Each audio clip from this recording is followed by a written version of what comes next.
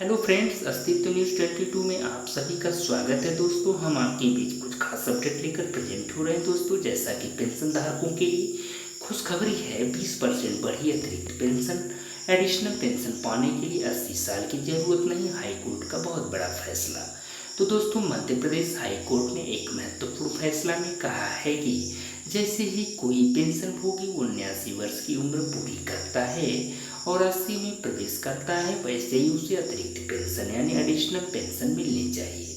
न्यायमूर्ति आनंद पाठक की अध्यक्षता वाली बेंच ने राज्य सरकार को निर्देश दिया कि वह एक सेवानिवृत्त डॉक्टर को 1 महीने के भीतर बढ़ी हुई पेंशन का भुगतान करे।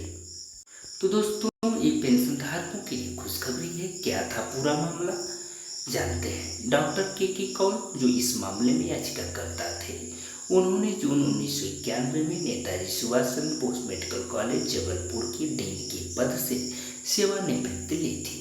उनके आधिकारिक रिकॉर्ड के अनुसार उनकी जन्मतिथि 13 अक्टूबर 1932 है।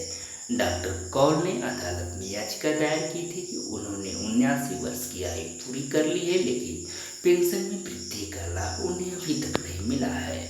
तो दोस्तों, पेंशन नियमों के अनुसार वृद्धि का प्रावधान क्या है?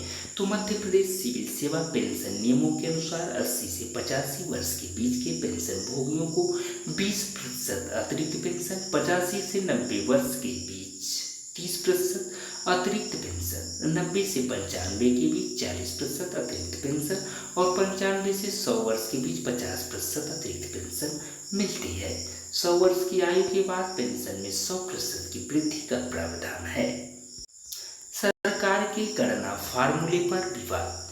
तो दोस्तों, याचिकाकर्ता के वकील आदित्य सांधे ने कहा, अदालत के सामने यह तर्क रखा कि राज्य सरकार पेंशन में वृद्धि की गणना तब कर रही है जब कोई व्यक्ति 80 वर्ष की आयु पूरी करता है, जबकि 79 वर्ष की आयु पूरी कर 80वें वर्ष में प्रवेश करते ही वह 20% पेंशन बढ़ोतरी का हकदार हो जाता है। अतः 80 में प्रवेश करते ही पेंशन बढ़ोतरी की जाए।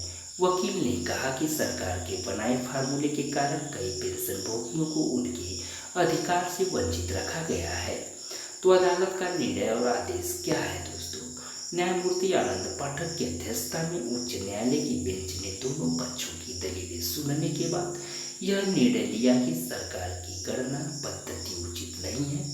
अदालत ने राज्य सरकार को निर्देश दिया कि वह याचिकाकर्ता को 80 वर्ष में प्रवेश करने के आधार पर पेंशन का भुगतान करे।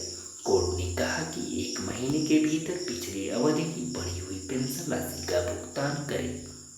तो दोस्तों, केंद्र सरकार का बड़ा फैसला है। ऐसे में केंद्र सरकार का भी इसके ऊपर फैसला लेना चाहिए और 79 वर्ष की उम्र पूरी करने के बाद 80 में प्रवेश करते ही 20% बढ़ोतरी का फायदा देना चाहिए। फिलहाल पेंशन से संबंधित एक और मामले में केंद्र सरकार ने हाल ही में लोकसभा में स्पष्ट किया है कि राष्ट्रीय पेंशन प्रणाली से पुरानी पेंशन योजना में स्विच करने की समय सीमा बढ़ाने का कोई प्रस्ताव नहीं है।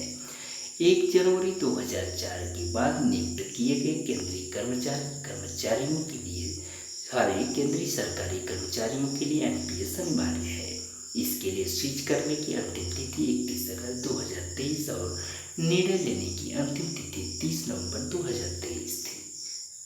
तो दोस्तों, ये रहा पेंशन से रिलेटेड एक्सप्लेनेशन और डिस्क्लेमर में हम कह सकते हैं दोस्तों कि यहाँ पे जो भी जानकारी दी जा रही है हमने इंटरनेट द्वारा ली हुई है।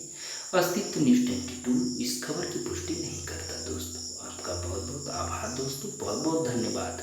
थैंक यू सो मच दोस्तों, आई लव यू।